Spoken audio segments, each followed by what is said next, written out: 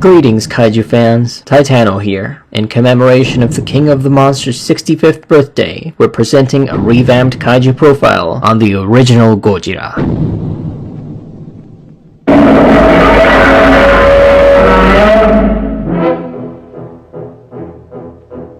Toho's 1954 production, Godzilla, introduced to the world what would become one of the most iconic and universally recognizable movie monsters of all time. Made by citizens of the only nation to have experienced atomic warfare, the film presented a creature far mightier than any ever shown on the screen, shrugging off modern weapons as he laid waste to Tokyo. Subsequent versions of the character have embodied a multitude of different themes, but the first Godzilla stands firmly as a striking anti-war and anti-nuclear allegory. The bomb was a heated issue in Japan, even 9 years after the destruction of Hiroshima and Nagasaki. On March 1st, 1954, the crew of a Japanese fishing boat called the Lucky Dragon No. 5 was exposed to the fallout of the American Castle Bravo hydrogen bomb test, sparking international controversy. Shigeru Kayama's initial story treatment called the monster Godzilla, spelled with the uncommon kana Ji, reflecting a tentative vision for a gorilla-whale hybrid. This became Gojira, which more cleanly combines the two animals' names in Japanese, after Ishiro Honda and Takeo Murata started writing the script. A prevalent rumor posits that Gojira was the nickname of an imposing Toho employee at the time, but his identity has never been verified. The English name Godzilla was actually an invention of Toho's international sales department in 1955, not any American distributors. Godzilla happened because In the Shadow of Glory, an Indonesian-Japanese co-production, didn't. Supposed to be Toho's biggest movie of 1954, political tensions between the two countries led to the Indonesian government denying the filmmakers visas. Producer Tomoyuki Tanaka had to scramble for a new idea. Looking out of the window of his plane while flying back to Japan, he dreamed up a giant monster awakened by hydrogen bomb testing. He knew he could count on the help of special effects wizard Eiji Tsuburaya, who had wanted to make a giant monster movie ever since he first watched King Kong. Tsuburaya referred him to a treatment he had submitted to Toho in 1951 about a mutant octopus, but it lacked much in the way of a human story. Tanaka wrote his own proposal, called it the giant monster from 20,000 miles under the sea, an obvious reference to a 1953 American film with a similar premise. To refine it, he recruited Shigeru Kayama, an established horror novelist with a penchant for monsters. Kayama produced a story about a marine creature with massive ears, mostly driven by the search for food. He discarded the title, but one moment, the monster attacking a lighthouse, came straight out of the beast from 20,000 fathoms. Director Ishiro Honda, who wanted to emphasize the anti-nuclear themes and the tragic Dr. Serizawa, worked with Takeo Murata to convert Kayama's story into a screenplay. Manga illustrator Wasuke Abe was put in charge of designing the monster. His concept was nothing short of radical, a humanoid beast with a head shaped like a mushroom cloud. Though these drawings would only be used as loose reference for the modeling process, Abe was kept on board to help prepare storyboards for the film, aided by a team of fellow mangaka. Looking through a dinosaur book for kids and a 1953 issue of Life magazine, art director Akira Watanabe and sculptor Teiso Toshimitsu decided to combine characteristics of a Tyrannosaurus rex, Iguanodon, and Stegosaurus. Toshimitsu modeled 3 clay concept maquettes of Godzilla in total. The initial one featured scales like that of a fish. The second sported wart-like bumps, and the third sought to emulate crocodile skin. Watanabe rejected the first two for lacking the necessary power, approving the third. Whether intentional or coincidence, the texture also resembled the radiation burns of Hiroshima and Nagasaki survivors. Tsuburaya would have preferred to bring Godzilla to life using stop motion, but with the movie already scheduled for the end of the year, he didn't have the time. The solution? A man in a suit stomping through the miniature sets that were among his specialties. Using the maquette as reference, a team led by Toshimitsu, Eizo Kaimai, and the Yagi brothers Kanju and Yasue started on the first suit for Godzilla. It turned out to be something of a disaster. Made primarily out of a white raw rubber which had to be cut apart and kneaded like dough, it weighed over 100 kilograms, or 220 pounds. Haruo Nakajima, a Toho contract player with a reputation for dangerous stunts, struggled through a 10-meter test walk inside the suit before he fell over, and veteran stuntman Katsumi Tezuka gave up after a few steps.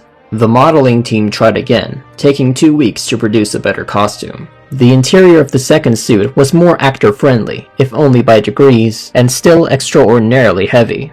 The first suit would still see use, however, its bottom half separated and used for close-ups of Godzilla's feet, and the upper half used for other close-ups, according to Kaimai. At least one small puppet, operated by hand, was additionally used for close-ups, providing audiences with their first clear look at Godzilla. In the initial version of this scene, the monster emerged with a cow in his jaws, a remnant of Kayama's story. Test shots were taken, but in the end, the effect was dropped. Toshimitsu sculpted an additional upper half suit to depict the monster emerging from the sea. For Godzilla's skeletal remains, a 50cm miniature was employed. Contradicting testimonies as to the OG suit's color have been offered by different people who either worked on or with it: gray, a dull brown, or even reddish black. Colorized merchandise, especially figures, often present him as brown. To prepare for his unusual role, Nakajima studied Tsuburaya's 35mm print of King Kong, as well as the lions and bears at Ueno Zoo. Tezuka stepped through a weak point on the set on the first day of filming and face-planted, injuring his jaw.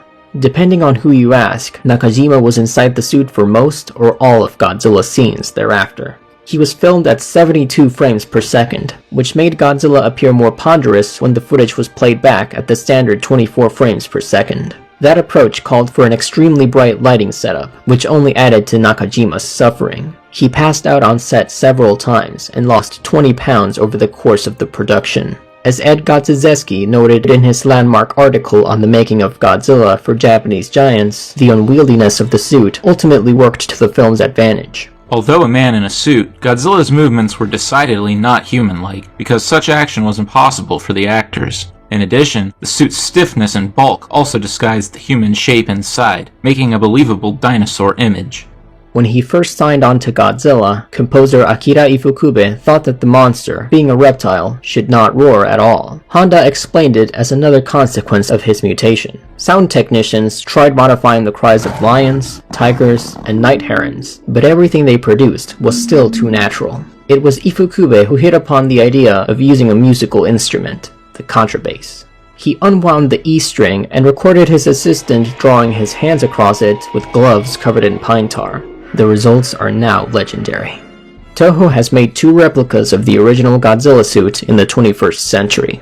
The first, modeled by Shinichi Wakasa and his company Monsters, and consisting only of an upper body, was briefly seen through a flashback in 2002's Godzilla against Mechagodzilla.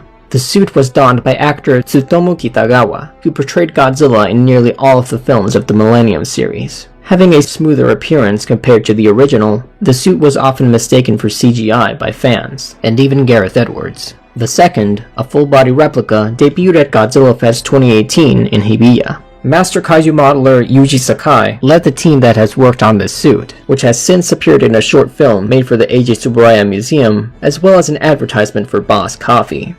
Godzilla's skeleton would also be recreated for GXMG, again handled by Monsters. Conceptual sketches by Wakasa were prepared, followed by a small clay model the team could work from. The skull was sculpted by Norihiro Honda and cast, with the rest of the bones carved from polyethylene and weathered. The skeleton was laid across a large-scale set and filmed under blue lighting to better sell the illusion of it being submerged underwater.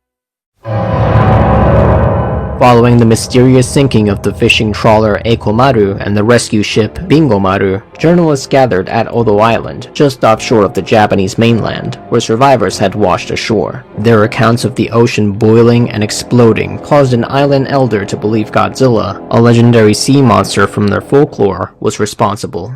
One night, as a powerful storm struck the island, several houses were crushed from above by a tremendous force, with one witness reporting he saw a gigantic creature stomp on his home, killing his mother and brother. The Japanese government dispatched a fact-finding party led by paleontologist Kyohei Yamane to the island to investigate. They came upon a huge depression which they realized was highly radioactive.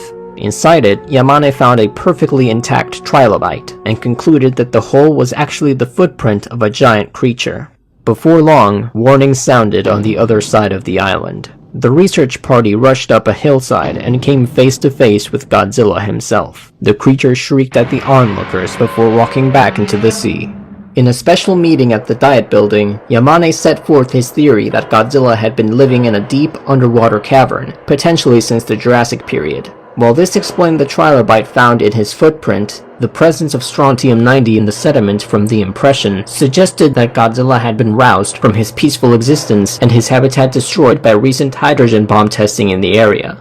Those assembled at the conference debated whether to make this revelation public, though eventually warnings were issued should Godzilla make his way to the Japanese mainland. While the government explored options to destroy Godzilla, Yamane protested, believing that the monster's ability to survive direct exposure to an H-bomb detonation meant he should be preserved and studied. The Japanese Navy dropped depth charges into the sea where Godzilla was believed to be located, but before the creature could be declared dead, he surfaced near a pleasure boat in Tokyo Bay.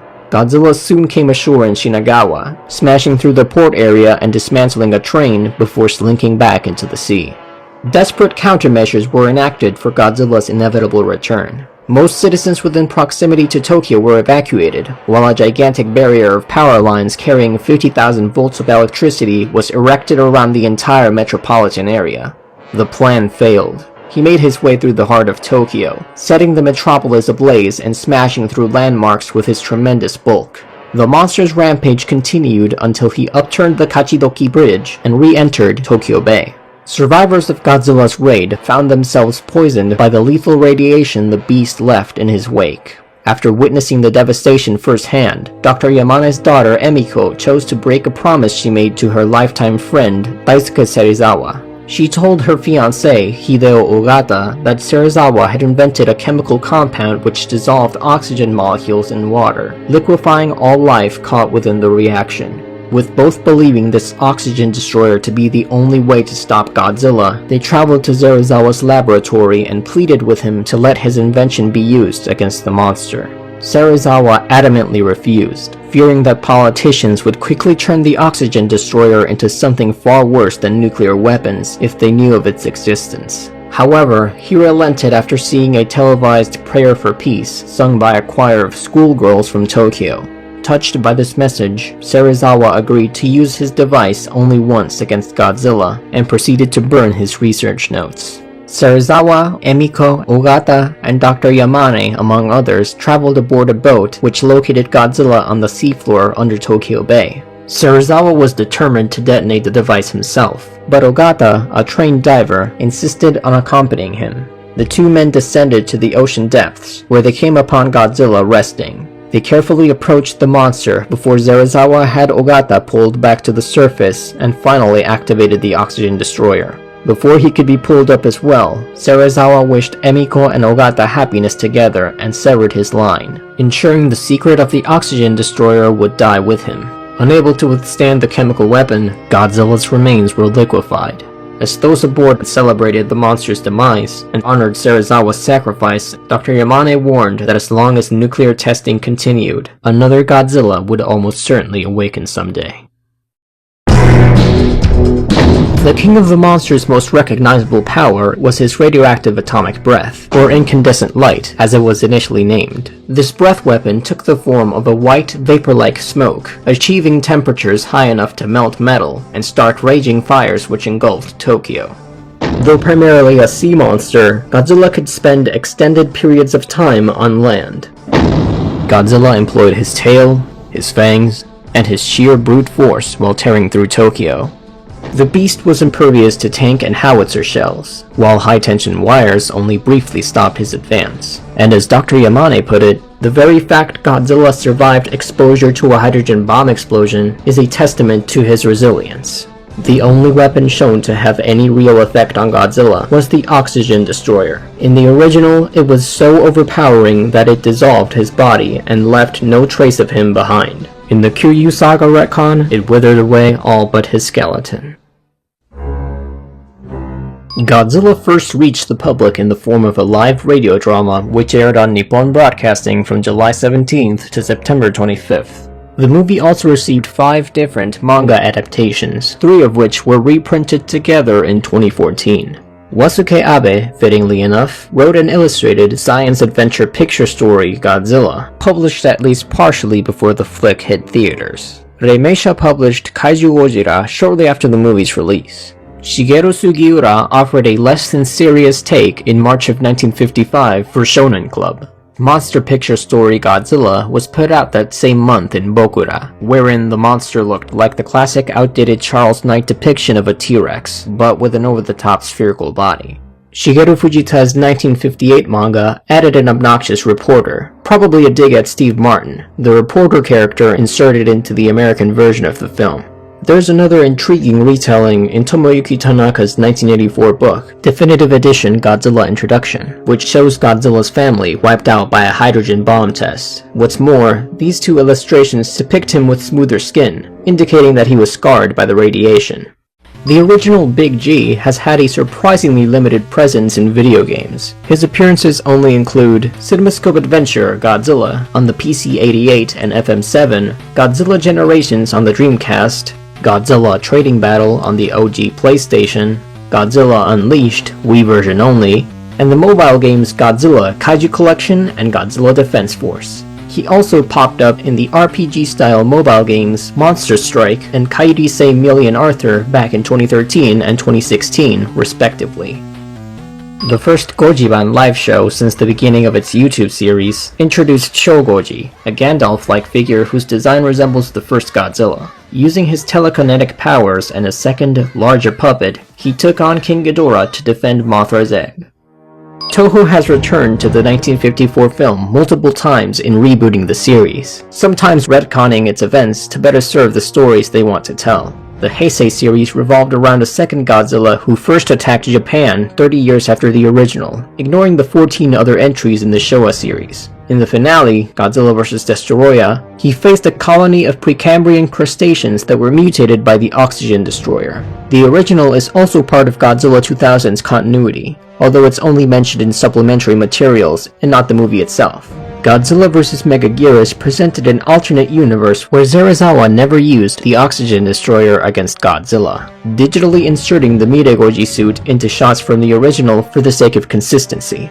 In Godzilla, Mothra, and King Ghidorah Giant Monsters All-Out Attack, Serizawa deployed the Oxygen Destroyer in secrecy, allowing the JSTF to take credit for slaying Godzilla. Unfortunately, his sacrifice only delayed the supernatural creature's return.